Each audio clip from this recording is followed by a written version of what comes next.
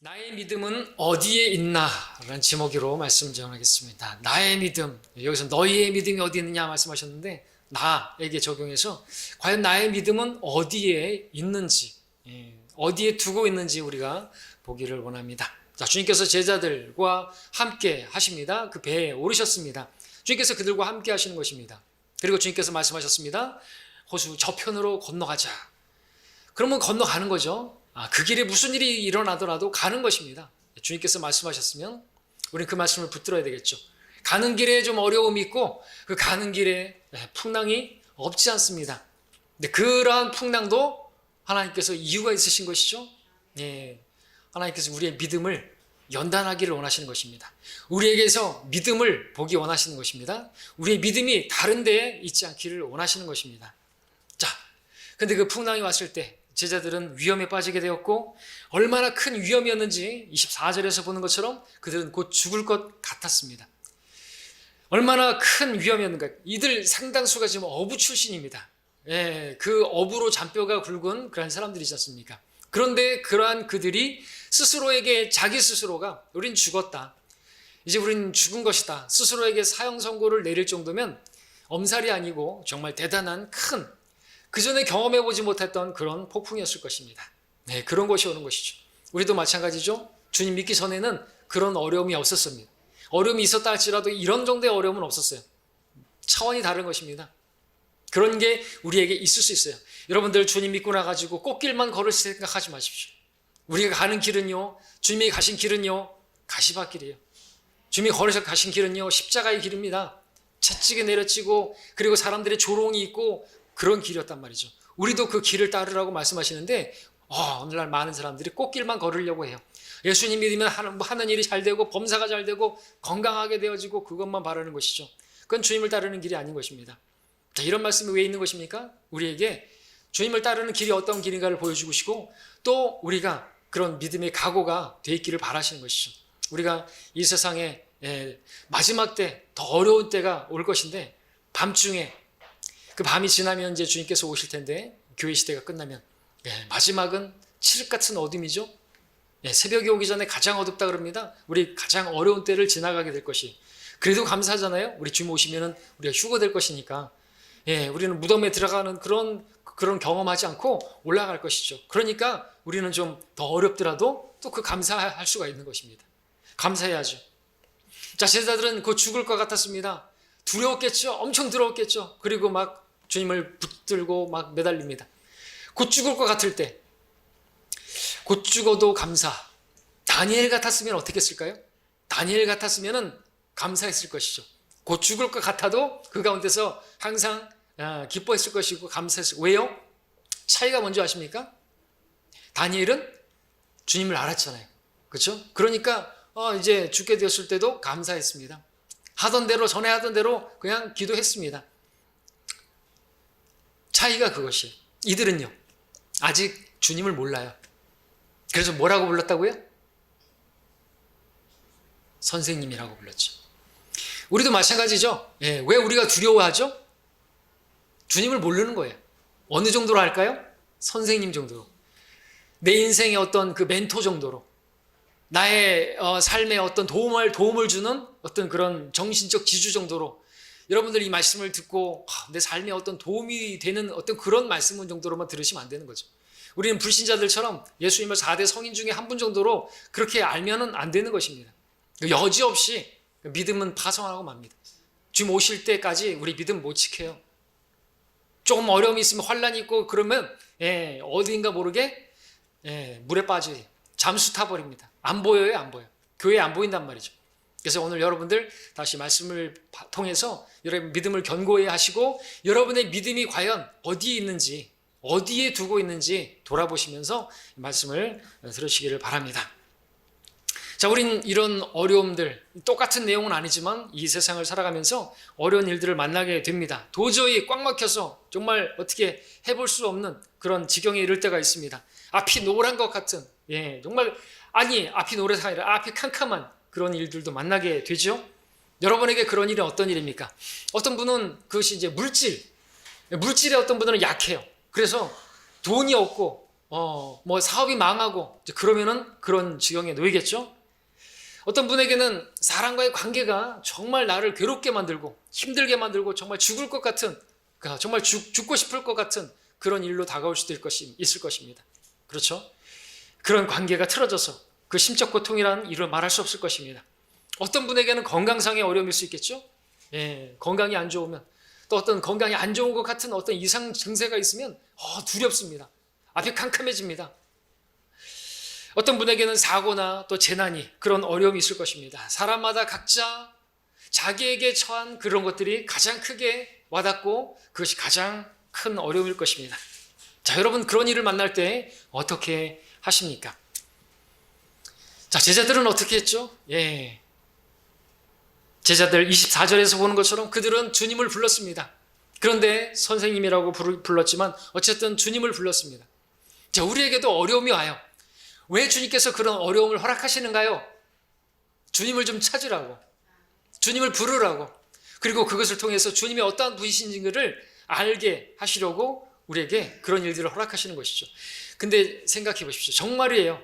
우리에게 어려움이 없으면, 어떤 괴로운 일이 없으면 주님 안 찾는단 말이죠. 주님이 우리에게 구원자만 되시는 분이 아니에요. 우리의 주가 되시는 분이죠. 우리의 피난처가 되시는 분이시고, 우리 도움이 되시는 분이시고, 방패가 되시는 분이시고, 우리 모든 길에 우리 주님이 필요로 하고, 우리 그 모든 길에 주님께서 함께 하셔야 된다고, 주님은 주님으로 우리가 인정해야 하고 살아가기를 바라는데, 그렇게 살지 않으니까 이런 일들을, 저런 일들을 허락하셔서 주님을 찾게 만드신다는 것이죠. 그렇죠? 고난의 날에 나를 부르라. 왜 고난을 허락하셨습니까? 나를 좀 찾으라고, 나와 좀 교제하자고 고난의 교제로 부르시는 거 아닙니까? 그래서 우리 주님을 만나게 되고 주님을 알아가게 되는 것이죠. 선생님 정도로 아는 게 아니라 이제 어떤 분으로까지 알아야 되는 줄 아십니까? 믿음의 차원이 하이 레벨, 어디? 주님은 말씀이신 분이다. 말씀 한마디 하니까 어떻게 됐어요? 고요하게 됐어요. 그러니까 우리가 지금 말씀을 듣죠? 여러분들도 이 말씀을 들으시고, 우리 눈에 보이는 주님을 만날 수는 없습니다. 말씀을 들으시고 여러분들 주신 그 말씀을 붙드는 것이에요. 우리에게 주신 말씀이잖아요. 그리고 그 말씀을 붙들고 살면 우리 어떤 고난이 오긴 하죠. 어려움이 오죠. 근데 그 말씀이 나에게 위로가 되고 힘이 되고 또 나를 서게 만드는 거 아닙니까? 그러니까 여러분들 이 시간에도 이 말씀으로 주님을 만나시기를 바랍니다. 자, 제자들이 아무리 어려움에서 벗어나려고 애를 쓰고, 자기들이 잔뼈가 굵은 어부들인데 여러 개 해봤겠죠. 그런데 안 됐어요. 근데 주님께서 한마디 하시니까, 여러분 백부장의 믿음 아시죠?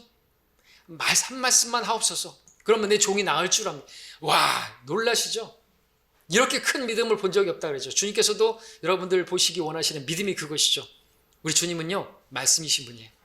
어떤 분이신가? 태초에 말씀이 계셨으니 그 말씀이 하나님이셨는데, 빛이 있으라 한마디 하니까 빛이 있고요, 창공이 있으라 하니까 창공이 있게 되고요, 생명을 내라 하니까 생명이 나오고요. 말씀만 하셨는데 다 된 것이에요. 여러분 이 시간에 여러분도 항상 그래야죠. 주님 한 말씀만 주십시오. 나에게 내가 붙들 말씀을 주십시오. 이런 마음으로 여러분들이 말씀을 받으시길 바랍니다. 항상 그래야 되는 것이죠. 우리가 배워야 될 것은 무엇입니까? 내가 아닙니다. 내가 아니야. 내가 아니고 주님이시고요, 주님의 말씀인 것이죠. 우리 신앙의 핵심은 그것입니다. 내가 사는 것이 아니고 이제 내 안에 계신 그리스도. 여러분들 이 지금 제자들은 걱정할 필요가 없어요. 두려워할 필요가 없어요. 가자 그랬잖아요. 건너편으로 가자 그랬으면 가는 거예요. 근데 왜 두려워하는 것이에요? 주님께서 그들이 배에 주님을 영접했잖아요. 그들과 함께하고 계시는데, 그들과 함께 하시는 분은 임마누엘, 우리와 함께 하시는 하나님이신데, 그 하나님을 바라본다면 왜 두려워하겠습니까? 죽게 됐다고 왜 그러냐 이것이죠. 여러분들, 아유 죽겠어 왜 이런 말이 나옵니까? 주님을 바라보지 못하기 때문에 그렇죠. 나와 함께 계시는, 내 배에 타고 있는 나 안에 계시는 주님을 바라보지 못하니까 그렇게 된다는 것입니다. 자, 폭풍 가운데 빠져 죽을 수밖에 없는 상황 가운데 주님께서 오셔서 말씀하셨습니다. 한 말씀 하시니까 모든 것이 한순간에 상황이 그냥 종료가 돼버렸습니다. 주님께서 개입하시니까, 주님께서 역사하시니까 모든 문제가 해결된 것이죠. 우리가 배워야 할 영적 삶의 핵심, 내가 아니요 그리스도 보게 됩니다. 폭풍이 몰아치는 정말 앞이 캄캄한 그 어려움에 여러분 그 고통 가운데 있습니까? 예, 여러분 아무것도 할 수 없음을 인정하시길 바랍니다. 그리고 여러분과 함께 계시는 주님을 바라보시고 그분이 사시도록, 그분의 생명이 나타나도록 여러분들 그분께 맡기시기를 바랍니다. 예, 그것이 있을 때 그 상황이 끝나는 것입니다. 그리고 그러한 상황을 허락하신 목적도 거기에 있는 것입니다. 예, 넌 아무것도 할 수 없다. 나에게 맡기라고. 우리의 선언은 우리는 선원이죠. 근데 선장은 주님이시란 말이죠. 예. 자, 주님께서 테스트하신 거예요. 테스트.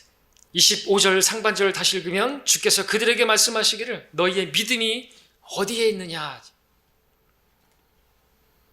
주님께서 책망하신 것이 도대체 너희 믿음은 어디에 있느냐 이거죠. 너희들의 어떤 그 재능에 있느냐, 너희들의 그 노젓는 그 기술에 있는 것이냐, 어디에 있는 것이냐 이거죠.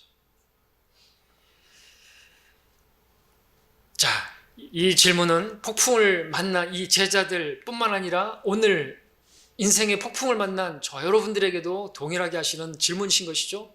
너의 믿음은 어디에 있느냐 이거죠. 예, 어떤 성도의 믿음은 어디에 있는 것인가 이거죠. 예, 어떤 성도의 믿음은 주님께 있는 것이 아니라 사람에게 있는 경우가 있습니다. 그래서 무슨 일이 생기면 사람을 찾습니다. 전화부터 겁니다. 그리고 의논을 합니다. 사람을 의지하는 것을 보게 됩니다.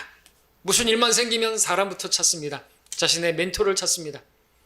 야, 주님께서는 우리에게 뭐라고 말씀하십니까? 사람을 의지하지 말라. 사람을 신뢰하지 말라고. 우리 영적 삶의 핵심이자 성경의 가장 중심되는 구절 시편 118편 8절은 사람을 신뢰하는 것보다 하나님을 신뢰하는 것이 낫다고 말씀하고 있습니다.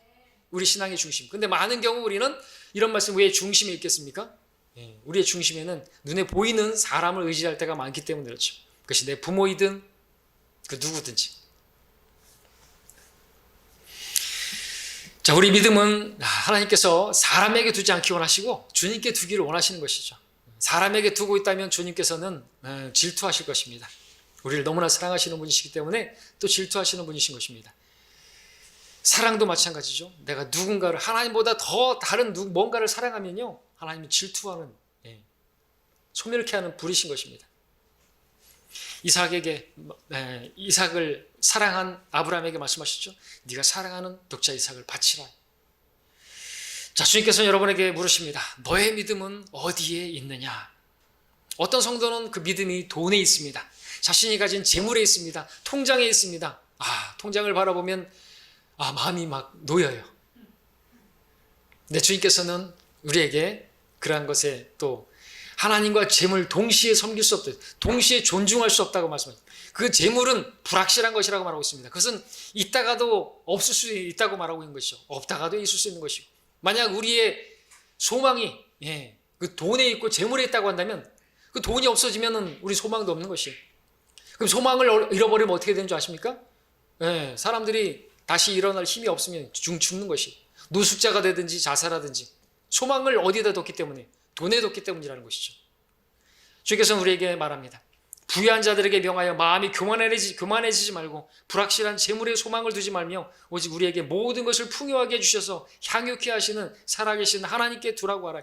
살아계신 하나님, 우리에게 풍요한 것을 주실 수도 있고, 근데 주셨으면 뭐 할 거예요? 향유할 수 없게 만드실 수도 있어요. 내가 가져가지고 내가 스스로 된 것이라고 교만해지게 되면은, 그러니까 부유한 사람들에게 명해서 교만해지지 말라고, 그것을 주신 분도 주시고 빼앗아 가시는 분도 주시니까 우리에게 그걸 향유케 하시는 분도 주님이시라는 것이죠. 이런 부자가 돈을 다 가졌는데 그 향유하지 못하고 그냥 가는 수가 있어요. 그렇죠? 하나님께 달린 것이죠. 자, 우리의 소망을 불확실한 재물에 두지 않기를 바라시는 것입니다. 살아계신 하나님께 두기를 원하시는 것입니다. 하나님을 소망으로 삼는 자, 그렇다면은 하나님은 항상 살아계시기 때문에 우리 소망은 변함이 없는 것이죠. 우리는 항상 기뻐할 수 있고요, 우리 모든 일에 기뻐할 수 있고요, 모든 일에 감사할 수 있고, 그죠? 그럴 수 있는 것입니다. 야곱이 하나님을 자신의 도움으로 삼으며 그 소망을 주 하나님께 두는 자는 행복하도다 그랬습니다. 변함없는 행복. 어느 때나 모든 일에 감사하고 기뻐할 수 있는 사람 누굽니까? 그 소망을 하나님께, 그 신뢰를 하나님께 두는 사람인 것이죠. 주님께서 여러분에게 물으십니다. 여러분, 어디에 믿음을 두셨습니까? 자, 주님께서는 우리의 믿음이 또 환경에도 있지 않기를 바라십니다. 우리 사도행전 27장 가서 볼까요? 사도행전 27장에 보시면 사도 바울이 로마로 이송되는 과정 가운데 있는 기록이죠. 11절, 12절을 보시면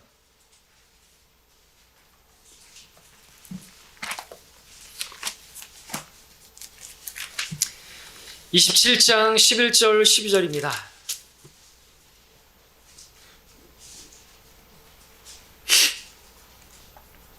백부장은 바울이 말한 것보다 선장과 선주의 말을 더욱 믿더라. 백부장은 사람을 신뢰하는 사람이죠. 그 전문가, 그 분야에 있어서 전문가잖아요. 그죠? 선장, 선주, 그들의 말을 바울이 뭘 알겠어요. 그죠? 또한 그 항구는 겨울철을 위한 대비가 잘 되어 있지 않으므로 대다수의 의견은 그것을 떠나 어떻게 해서든지 페니케로 가서 그곳에서 겨울을 지내라는 것이더라. 그것은 크레테의 한 항구로 남서와 북서쪽으로 향해 있더라 기록하고 있습니다. 사람을 신뢰하는 데다가 또 대다수는 또 환경을 신뢰하는 그런 사람들인 것을 보게 되죠. 그들의 믿음이 환경에 있는 것입니다. 자, 환경에 있는 사람들 믿음이 그래서 좀 더 좋은 곳으로 이동해야 된다. 13절을 보니까 근데 남풍이 순하게 불자 그들은 자기들의 뜻을 이룬 줄로 생각하고 닷을 올리고 항해를 시작합니다. 자, 자기들의 뜻을 이룬 것으로 자신들이 처해 있는 그 보여지는 환경을 보고 움직이는 사람들이죠. 근데 14절에 보니까 얼마 안 가서 큰 폭풍이 유로클리돈이라는 그러한 폭풍을 만나게 되었습니다. 여러 날이 지납니다. 20절에 보니까 여러 날에 해와 달, 별이 보이지 않고 적지 않은 풍랑이 우리를 몰아치니 우리가 구조될 소망이 모두 사라져 버리니라 그랬습니다. 그들의 믿음이 환경에 있는 사람들은요, 환경이 이렇게 되면 어둡게 되어버리면 그냥 소망도 잃어버려지는 게 되는 것이죠. 환경이 안 좋아지면 모든 소망들이, 가지고 있던 소망들이 다 물거품처럼 사라져버리고 마는 것이죠. 주님을 신뢰하지 않고 환경을 그렇게 신뢰하고 환경을 따라서 그렇게 움직이는 사람들이 이와 같은 것입니다. 그러나 반대로 주님을 신뢰하는 사람은 어떤 모습을 보입니까? 환경과 상관없이 똑같은 환경에 놓였는데 바울은 어땠습니까? 23절부터 25절까지 내가 속해 있고 또 내가 섬기는 하나님의 천사가 간밤에 내 곁에 서서 말하기를 바울아 두려워 말라 내가 반드시 카이사 앞에 서야 하리라 그러므로 보라 하나님께서 너와 함께 항해하는 모든 사람들을 너에게 주셨느니라고 하였느니라. 그러므로 여러분이여 기운을 내라 나는 하나님을 믿나니 나에게 말씀하신 그대로 되리라 말씀하고 있습니다. 그렇게 말을 했습니다. 자, 바울의 믿음은 환경에 있는 것이 아니라 주님께서 하신 그 말씀에 있었던 것이죠. 말씀에 있었던 것입니다. 건너편으로 건너가자 그러면 건너갈 수 있는 것이죠. 가게 된다 그러면 가는 것입니다. 지금 상황은 여전히 깜깜해요. 그래도 주님께서 말씀을 주셨으면 그 말씀대로 되는 것입니다. 자, 우리도 이 어두운 밤 교회 시대를 지나가고 있습니다. 근데 주님께서는 우리에게 말씀을 주셨어요. 그렇죠? 그리고 앞으로 어떤 일이 벌어질게 될 건가도 다 보여주셨습니다. 그러니까 우리는 끝을 내다본 사람들이에요. 끝을 알고 있는 사람들이에요. 그리고 우리는 끝을 살고 있는 사람들입니다. 그러니까 두려워하지 말라고, 근심하지 말라고 말씀해 주시는 것입니다. 하나님을 신뢰하라고 말씀해 주시는 것이죠. 고난 당했다고요? 영광, 고난에 비교가 안 되는 영광으로 주시겠다고 말씀하시는 것입니다. 우리가 어떤 피해를 당하고 손해를 당한다고요? 그러면 주님께서 그것을 허락하실 수도 있는 것이고요. 그러면은 그래도 감사한 것입니다. 손해를 당한 것이 있어야지 갚아주시는 것이죠. 우리 여러분들 개개인적으로도. 여러분들 그거 대단한 거 아닙니다. 그것만 보면 여러분들 되게 지금 막 울상짓고 괴롭고 그렇지만 거기에 비할 수 없는 보상이 기다리고 있다니까요. 그걸 믿음으로 바라볼 수 있어야지 그런 손실에도 여러분들이 괴로워하지 않을 수 있겠죠. 당장의 손해만 보면은 막 죽을 것 같고 그렇게 되겠지만 말입니다. 당장에 그런 아픈 나를 상처 주는 말만 듣다 보면 근데 그런 것들이 다 하나님께서 다 보고 계시는 것이죠. 그리고 우리가 인내하면 그 인내와 그런 행위와 그 아픔과 다 보시고 계산을 해주시는 것이. 그것을 여러분들 계산을 잘 해보십시오. 계산기 두드려 보십시오. 비교가 안 되는 것입니다. 자, 바울의 믿음은 환경이 아니라 자신에게 하신 그 말씀, 나에게 말씀하신 그대로 되리라는 그 말씀을 믿는 믿음에 있으니까 두려워하지 않는 것이에요. 어떤 환경에서도요, 유로클리드라는 엄청난 여러분들 뱃사람들이 또 배를 타고 이렇게 그 공군이래. 해군에서 근무했던 한 형제가 얘기하는데, 와, 그냥 진짜 엄청 두렵대요. 죽는 줄 알았대요. 그 파도가 치고 막 배가 이렇게 막 쭉 하는데 죽을 것 같다는 거예요. 진짜 죽었구나. 실제로. 예, 그런 환경 가운데서도 주님께서 나와 함께 계신다고 믿으면 전혀 두려워하지 않을 수 있다는 거죠. 이 믿음이 우리의 믿음이어야 되는 거죠. 환경에 의해서 그냥 좌지우지되는 믿음이 아니라 환경이 어떠하든지 간에 하나님께서 말씀하신 그 말씀을 신뢰하는 믿음. 그죠? 예. 여러분의 기분도 아니죠. 우리가 하나님을 열심히 섬기고 있으면 내가 구원받고 하나님의 자녀가 같은데 내가 열심도 없고 그러면 구원받은 것 같지 않고 그렇게 생각하면 안 되는 것이죠. 예. 우리는 말씀에 있는 것입니다. 반석이죠. 말씀이 반석이에요. 우리 주님께서 거기 서 있으면 되는 거죠. 나의 어떠함, 나의 어떤 선함, 내가 열심히 뭘 하고 있으니까 그런 것에 우리는 두지 않습니다. 우리는 부족하여도 주님께서 말씀하신 그 약속 위에 서 있는 것이죠. 자, 우리가 환경에 따라서 이렇게 바뀌고 흔들리고 그런다면 우리 믿음은 그건 믿음이 없는 거예요. 그냥 그동안에 많이 배웠죠, 알았죠, 그냥 알고 있는 지식 정도밖에 안 되는 거죠. 근데 그런 지식은 아무짝에도 소용이 없는 것입니다. 정말 믿음이 있다고 한다면 시험의 날에 흔들리지 말아야죠. 사실 환경에 따라서 그렇게 믿음이 막 바뀌고 그러면요, 그 믿음이 아니고 굳이 그걸 믿음이라고 한다면 죽은 믿음이라고 말할 수 있죠. 야고보서 2장에서 죽은 믿음을 죽은 몸과 비교해서 설명하죠. 영이 없는 몸이 죽은 것 같이 행함이 없는 믿음도 죽은 것이라. 여러분들 이 말씀은 죽은 몸의 특징을 잘 보여주고 있는데 죽은 몸의 특징이 뭡니까? 움직임이 없다는 거죠. 시체는 말이 없어요. 죽은 자는 말이 없는 거죠. 원래 시체는 뭐여 있었는데 죽은 자는 말이 없고 시체는 있어. 하여튼 있는데 뭐가 있습니다. 아무튼 그런 무슨 명언 같은. 자, 어쨌든 움직임이 없다는 것이죠. 시체는 움직이지 않습니다. 죽은 자는 말이 없습니다. 그리고 또 하나 뭔지 아십니까? 죽은 몸은 특징은 행함이 없다는 것과 함께 환경에 100% 영향을 받는다는 것이죠. 죽은 몸의 온도가 몇 도인가? 어리석은 질문 같지만 우리에게 많은 것을 시사합니다. 죽은 몸의 온도는 그 몸이 있는 그 환경에 정확히 100% 일치합니다. 그래서 그 환경이 36도 있으면은 그 죽은 시체의 몸도 살아있는 몸과 같이 36도가 되고요. 그 시체가 또 냉동 창고에 들어가게 되면요, 영하로 들어가면 그 똑같이 그 영하 20도로 내려가고 그러는 것이죠. 근데 죽은 믿음도 이와 같다는 것입니다.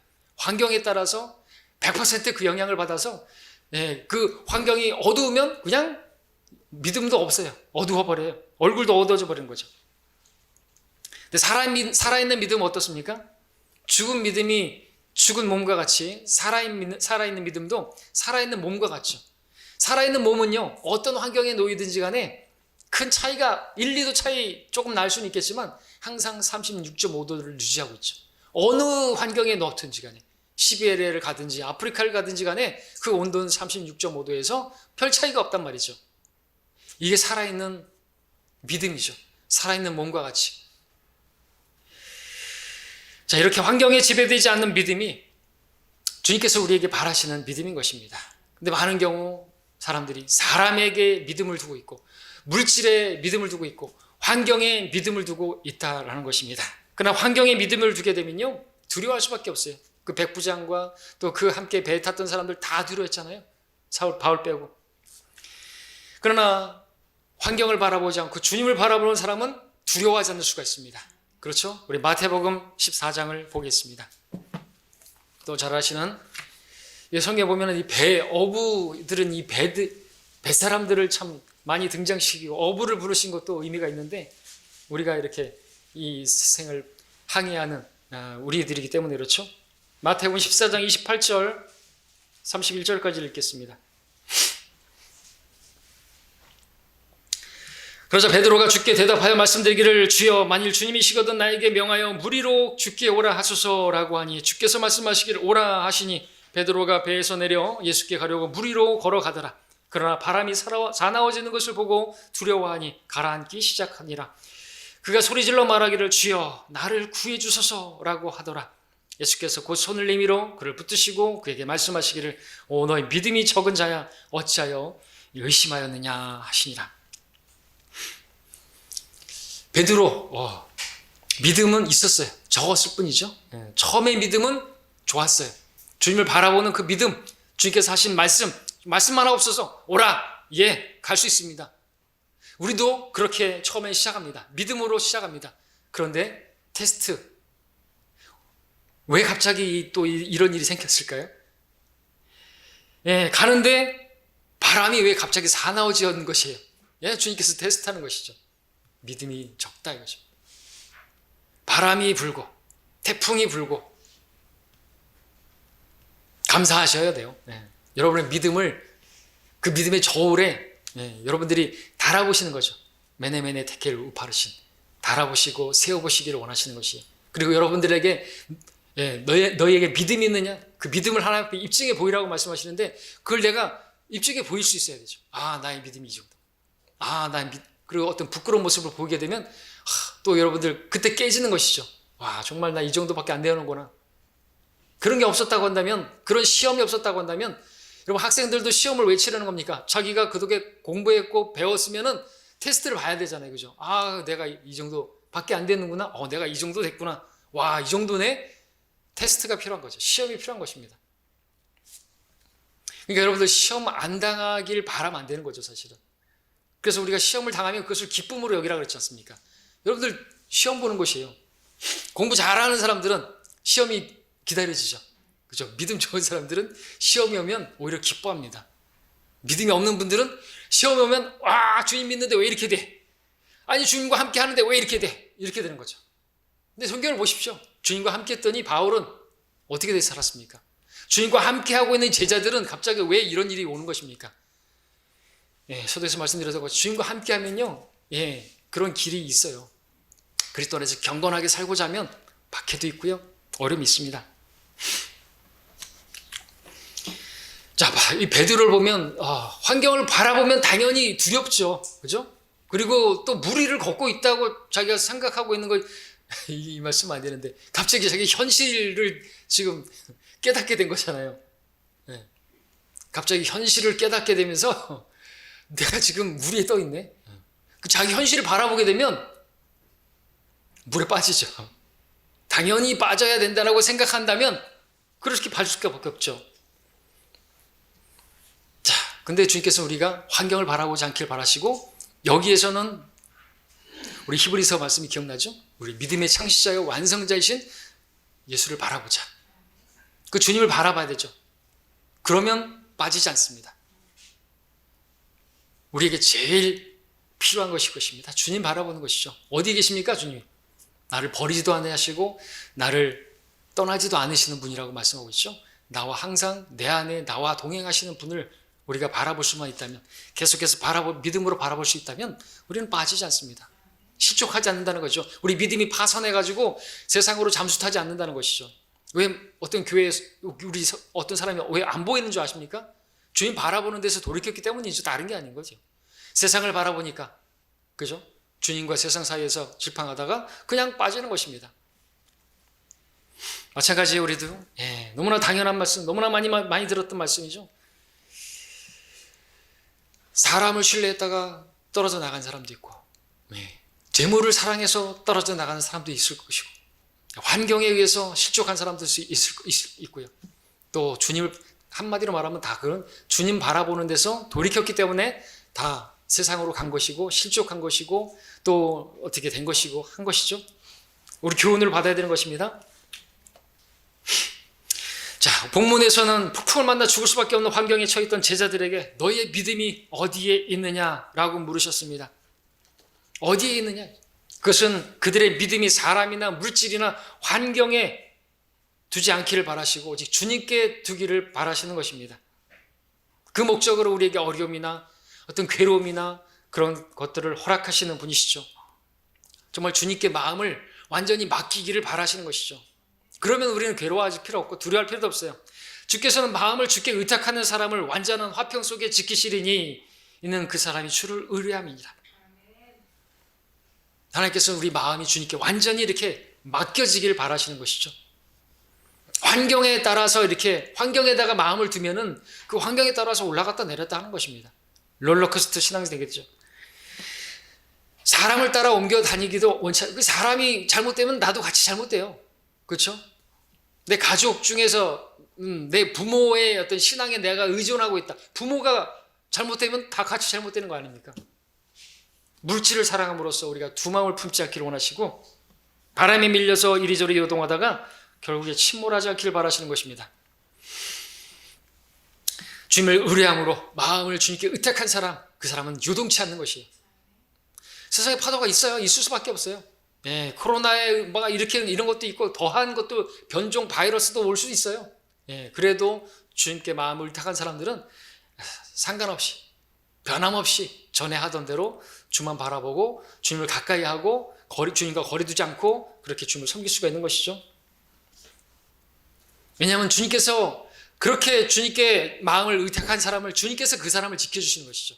염려하지 않고 다 맡기면 하나님께서 이해할 수 없는 우리의 지각을 초월하는 하나님의 평강으로 우리 생각과 마음을 지켜주시니까 우리가 그렇게 안식할 수 있고 그렇게 마음이 편안할 수가 있는 것이죠.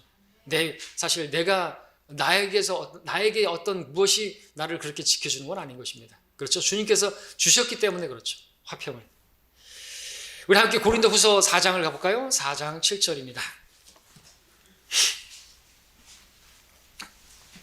이건 우리가 정말 고난의 날에 많이 봐야 할 말씀들이죠. 고린도서 4장 7절. 그럼 우리가 이 보물을 질그릇에 가졌으니 이는 그 능력이 탁월하심이 하나님께 있는 것이 우리에게 있는 것이 아님이라. 예, 우리가 대단해서 우리가 막 유동하지 않는 게 아니죠. 우린 질그릇에밖에, 우린 정말 쉽게 깨질 수밖에 없는, 살짝만 나도 깨질 수밖에 없는 그런 질그릇밖에 안 되는 것입니다. 근데 우리 안에 주님이 계시다는 거죠. 능력은 주님께 있는 것이죠. 8절, 9절을 보시면 우리가 사면에서 고난을 당하여도 괴로워하지 아니하며 당혹스러운 일을 당하여도 절망하지 아니하며 박해를 받아도 버림받지 아니하고, 그죠? 내던져져도 멸망하지 않죠? 사면에서 고난 당하는데 괴로워하는 게 당연한데, 당혹스러운 일을 당하면 당황하는 게, 절망하는 게 당연한데 어떻게 괴로워하지 않고 당황하지 않고 절망하지 않는 것입니까? 이유가 무엇인가? 우리 안에 예수 그리스도의 생명이 있기 때문에 그렇습니다. 예수님이 생명이 있기 때문에 그렇죠. 폭풍을 만난 제자들 그 배에도 주님께서 계셨기 때문에 그분께서 나타나시자 모든 것이 그치고 고요하게 되었던 것이죠. 우리도 마찬가지입니다. 내 안에 보물이신 주님께서 나타나시면 상황은 종료가 되는 것입니다. 그렇기 때문에 우리가 해야 될 것은 내가 스스로 애쓰는 것이 아니라 나는 육신은 십자가에 못 박혀야 되는 거죠. 죽음에 넘겨져야 되는 것이죠. 그럴 때 예수님의 생명이 나타나면 그냥 상황은 종료가 되는 거죠. 10절 11절 보면 항상 주 예수의 죽으심을 몸에 지니고 다니는 십자가죠. 예수의 생명이 또한 우리 몸에 나타나게 하려 함이라. 살아있는 우리가 항상 예수를 위하여 죽음에 넘겨지는 것은 예수의 생명도 우리의 죽을 육신에 나타나게 하려는 것이라. 왜 바울은 자신의 육신을 조금도 드러내지 않고 예수님의 생명만 나타내기를 원했던 것입니까? 죽을 육신이 나타나게 되면 죽어요. 그냥. 예수의 생명이 나타나면 살 수가 있기 때문에 그렇죠. 나가 살 뿐만 아니라 나와 함께하는 사람들도 살 수가 있는 것입니다. 예, 내 생명, 내 육신이 나타나면 그 사람도 죽어요. 내 혈기와 내 그런 것들이 나타나면 같이 죽는 것이, 같이 괴롭게 되고요. 육신이 나를 괴롭게 만드는 것입니까? 그러나 주님의 생명이 나타나면요, 나도 살고, 주님도, 이 사람도 사는 것입니다. 살리는 것은 영이니 육은 전혀 무익하니라 그랬습니다. 내가 너희에게 한 말들은 영이요 생명이라. 그러므로 어떤 문제 앞에 우리의 육신의 힘이 아니라, 노력이 아니라 예수님의 생명을 나타내는 그런 것이 중요한 것입니다. 예수님이 나타나면 바람과 파도도 다 잠잠해지는 것입니다. 내가 아니라 주님께서 나타나시면 상황은 여전히 파도가 칠 수 있어요. 그러나 내 안에, 또 말씀드리지만 내 안에 파도가 잠잠해지면, 내 안에서 먼저 잠잠해지면 바깥에도 잠잠해지는 거죠. 출애굽할 때 모세가 말했잖아요. 너는 가만히 있으라고. 그들 안에서 막 이렇게 막 일어나고 있는 그것이 잠잠해지면 어떻게 돼요? 열리는 거죠. 길이 열리는 것입니다. 마찬가지예요. 여러분들이 요동하고 있는 순간 여전히 육신적으로 막 조급해하고 안달해하고 있으면 안 열리는 거예요, 길이. 그리고 주님께서는 그 파도도 계속 치게 만드시는 거죠. 믿음을 보기 원하셔서 더 휘몰아칠 수 있어요. 근데 우리에게서 믿음을 보시잖아요. 우리의 믿음이 있으면요, 완전한 화평이 임하면요, 잔잔해지면요, 밖에 것도 잔잔해질 수, 안 되다 할지라도 그것이 문제가 아니게 될 수가 있죠. 믿음으로 산을 옮길 만한 믿음이라고 해서 태산 같은 뭐 그런 게 오는데 그게 전혀 문제가 안 되는 거죠. 산도 옮겨버리는 믿음. 그 산이 아닌 것처럼 되어지는 것이죠. 자, 그런 믿음을 원하셔서 여러분들에게 그런 일들을 허락하시고 저런 일들도 허락하시는데, 그래요. 결국엔 모든 일을 합력해서 선을 이루시는데 여러분의 믿음을 정금처럼 믿으시기 원하시는 것입니다. 그 믿음이 어디에 두길 원하세요? 주님께 두길 원하신다는 거죠. 다른 데 두지 않기를 원하신다는 것이죠. 누가복음 8장 25절 말씀에서 다시 제가 읽습니다. 주께서 그들에게 말씀하시기를 너희의 믿음이 어디에 있느냐 하셨습니다. 무섭기도 하고 기이하기도 하고 서로 말합니다. 이분이 도대체 누구신가? 그가 명령하시니 바람과 파도까지도 그분께 복종하는도다. 누구긴 누구세요? 태초에 말씀이 빛이 있으라 하시니까 그렇게 있던 바로 그분이시죠. 여호와 하나님이신 것입니다. 우리도 그분으로 그렇게 믿어야 되겠죠. 자, 이때까지 제자들은 자신들과 함께 계시는 분이 주님이 어떠한 분이신지를 모르는 것이, 주님이 뭐 대단한 분이신 거는 알았는데 뭐 이렇게 뭐 병을 고치시고 대단하시다. 근데 이 정도까지 말씀을 하시니까 말씀대로 다 되는 거예요. 최고의 믿음, 말씀을 믿는 믿음이죠. 나에게 말씀하신 그대로 될 것이다. 예수의 증거는 예언의 영임이라. 여러분들, 우리는 어디로 갈지 다 아는 사람들이죠. 여러분 죽으면 어디 갈지 칼빈주의자들은 몰라요. 그 사람들은 죽어봐야 알지가 되는 거예요. 왜? 하나님께서 나를 택하셨는지 안 택하셨는지는 죽을 때까지는 몰라요. 그러나 우리는 예수의 증거를 가졌어요. 하나님의 말씀을 가졌어요. 그 말씀이 말씀한 대로 그대로 될 것이, 주 예수 그리스도를 믿으라 그리하면 너만의 집안이 구원을 받으리라. 그래서 우리는 구원받았어요. 주의 이름을 부르는 자는 수치를 당하지 아니하리라. 우리는 백보자 심판석에서 벌거벗겨진처럼 수치스럽게 드러나지 않을 것이, 그렇게 될 줄을 믿습니까? 말씀대로 되는 것이에요. 그걸 믿는 것입니다. 우리는. 자, 여러분들 안에 계신 주님이요, 어떤 분이신지를 보십시오. 이 제자들처럼 이제서야 알게 됐잖아요. 그죠? 놀라우신 분입니다. 우리가 생각하는 거나 상상하는 것보다 더 권능 있으신 분이신 것입니다. 여러분이 지금 처해 있는 환경이 어떠하든지 간에 그건 문제가 안 되는 것입니다. 여러분이 가지고 있는 문제가 어떤 문제이든지 간에 그건 문제가 안 되는 것입니다. 여러분이 괴로워하고 있는 것이 어떤 것이든지 그거 괴로워할 필요도 없는 것입니다. 왜요? 주님께서 계시고 그분은요, 우리를 떠나지도 않고 버리지도 않으시고 우리 앞서가셔서 여러분들이 뭘 필요로 하는지도 아시고, 또 지금 여러분들에게 허락하신 그 환경도 하나님께서 다 계획하신 거예요. 여러분의 믿음을 위해서. 나를 좀 믿으라고, 너희의 믿음을 나에게 두라고. 그러니까 두려워하지 말라고, 근심하지 말라고 말씀해 주시는 것입니다. 그러니까 우리의 믿음이 주님께 있기를 바라신다는 이 주님의 말씀을 들으시고 여러분들 주님을 신뢰하시기를 바랍니다. 우리 두 구절만 읽고 마치겠습니다. 요한일서 4장 4절 보시겠습니다. 이 두 절 읽고 마칩니다. 요한일서 4장 4절, 5장 4절, 4장 4절과 5장 4절입니다. 근데 4장 4절, 5장 4절이 둘 다 같은 말씀을 하고 있죠. 재밌습니다. 4장 4절 우리 한 목소리로 읽습니다. 시작. 어린 자녀들아, 너희는 하나님께 속하였고 또 그들을 이겼으니 이는 너희 안에 계신 분이 세상에 있는 자보다 더 크시기 때문이라. 5장 4절 이는 하나님께로부터 태어난 자는 누구든지 세상을 이기기 때문이라 세상을 이기는 승리는 이것이니 곧 우리의 믿음이라. 세상을 이기는 승리는요 사람에게 있지 않고 재물에 있지 않고 환경에 있지 않고요 여러분의 가진 것에 있지 않습니다. 세상을 이기는 승리는 우리가 이 세상을 이기고 넉넉히 이기고 주님께 가서 상을 받게 될 수 있는 건요 우리의 믿음에 있는 것이죠. 어떤 믿음이요? 주님을 믿는 믿음. 내가 아니요 내 안에 계시는, 내가 아니요 나를 사랑하사 나를 위해서 자신을 주신 하나님의 아들을 믿는 믿음이요. 그 믿음으로 살아가는 우리가 모두가 되길 바랍니다. 기도하시겠습니다.